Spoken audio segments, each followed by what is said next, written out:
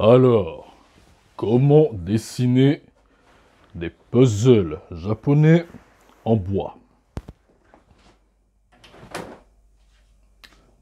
Arrêtez de faire semblant, vous savez que vous êtes au bon endroit.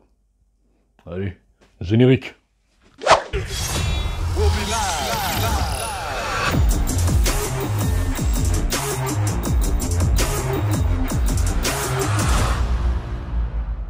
Salut YouTube, moi c'est le Pardon Da Vinci, bienvenue sur ma chaîne où je vais t'apprendre tout ce que je sais sur les techniques de dessin.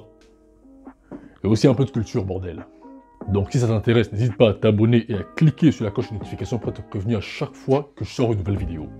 Est-ce que c'est clair? Hello tout le monde, les affaires reprennent. Ça fait longtemps qu'on s'est vu et j'ai enfin retrouvé le temps de me remettre à dessiner. Et je vais aller droit au but. J'ai récemment publié sur mes comptes Facebook et Instagram cette photo avec des casse-têtes japonais de formes géométriques complexes. Et ceux qui me suivent savent très bien que quand je reprends le dessin, j'aime bien commencer avec des formes géométriques, histoire de m'échauffer pour me remettre dans le bain. D'ailleurs, cette fois j'ai commencé avec ce dessin-là. Quasiment tous les objets et donc tous les dessins qu'on puisse imaginer sont constitués de formes géométriques simples. Donc dessiner ces dernières est un très bon exercice lorsque l'on se met ou qu'on se remet au dessin. Je vous le recommande vivement. Donc ces casse-têtes japonais sont un très bon défi avec leurs formes géométriques complexes, et en plus ils sont en bois, ce qui va me permettre de travailler la texture de cette matière et de vous montrer ça. Et comme je l'ai dit plus tôt, sur cette chaîne il y a aussi de la culture, donc préparez-vous à apprendre quelques trucs complètement OSEF sur le bois. Alors j'ai choisi cette photo pour le dessin d'aujourd'hui et je crois qu'on peut commencer. Moteur, action. Alors, comme nos casse-têtes ont des formes très précises, on commence doucement avec des lignes de perspective. Et vu la complexité des formes, ça va prendre un petit moment. Et pendant ce temps, on va parler du bois.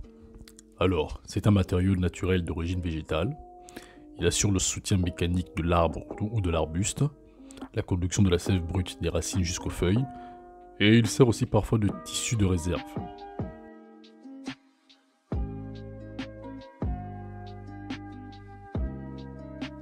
Le bois est principalement constitué de matières organiques, donc la cellulose et la lignine, et d'un faible pourcentage de matières minérales. C'est assez long, mais on voit maintenant les formes des casse-têtes qui commencent à apparaître.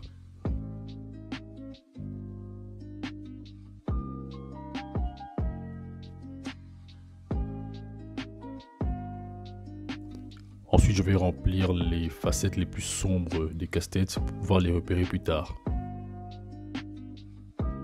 Et détail très important, il ne faudra surtout pas confondre les ombres avec les teintes sombres du bois lui-même. Et le deuxième casse-tête aussi a droit au même traitement. Premier truc OSEF. La discipline qui étudie le bois s'appelle la xylologie. Voilà. Au cas où vous n'étiez pas au courant. Ça me bat les couilles. Et maintenant je dessine légèrement les ombres. Voilà. C'est vraiment pour ne pas les confondre plus tard avec les teintes sombres du bois. Je le répète, je sais, mais c'est parce que c'est très important. Alors, il y a plusieurs essences, donc types de bois. Par exemple, l'acajou, le bouleau, le noyer, l'ébène, le wenge, le teck, etc. Les États-Unis d'Amérique sont le premier producteur mondial de bois avec 10,8% de la production de la planète. Et oui, c'est un business assez lucratif. En effet, le marché mondial du bois pèse 200 milliards de dollars.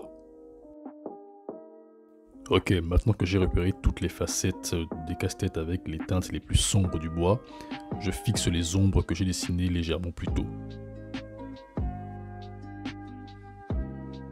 Alors, à cette étape, vous pouvez être tenté de rajouter des détails du bois. Ne le faites surtout pas, ça viendra plus tard. Pour le moment, on ne fait que jouer avec les ombres et les lumières.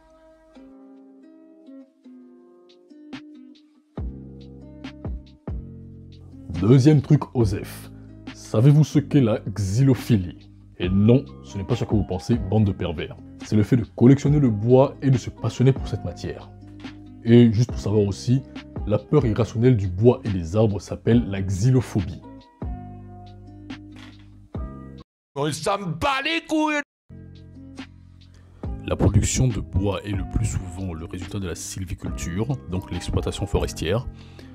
Et la filière de bois couvre les secteurs tels que l'imprimerie, la construction, l'énergie ou encore l'ameublement.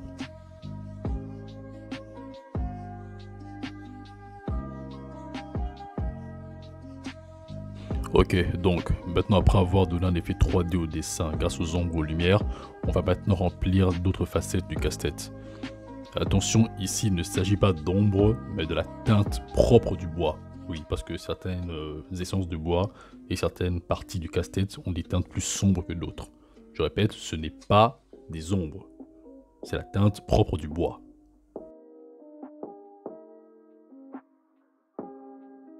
Troisième truc, OSEF.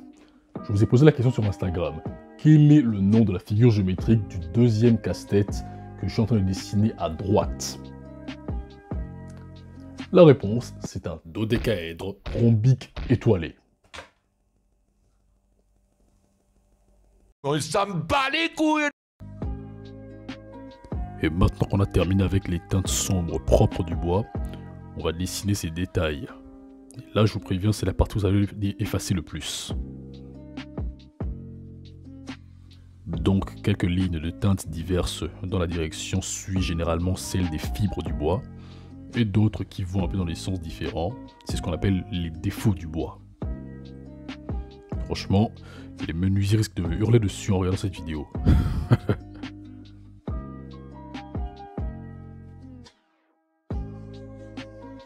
Et enfin la touche finale avec les tout petits détails. Donc ici les maîtres mots sont précision et patience.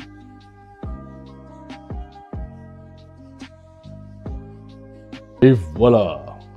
Franchement ça va. Les ombres et les reflets sont clean, la perspective est nickel et la texture du bois est bien visible. Good enough. C'était donc un dessin de casse-tête japonais en bois. Dites-moi ce que vous en pensez dans les commentaires. Ah, et dernier truc aux F. Les noces de bois symbolisent les 5 ans de mariage pour les Français. Donc, du coup, à tous les couples qui fêtent leurs 5 ans de mariage en 2022, je vous souhaite de joyeuses noces de bois. Bien, j'espère que le dessin et la vidéo vous ont plu. Si c'est le cas, mettez un like et rendez-vous dans mes pages Facebook et Insta dans la description pour voir plus de mes dessins et me montrer les vôtres. Et n'oubliez surtout pas de me dire dans les commentaires ce que vous voulez comme prochain dessin et ce que vous avez pensé du format de cette vidéo. Merci d'avoir regardé, c'était le Leonardo Da Vinci, peace.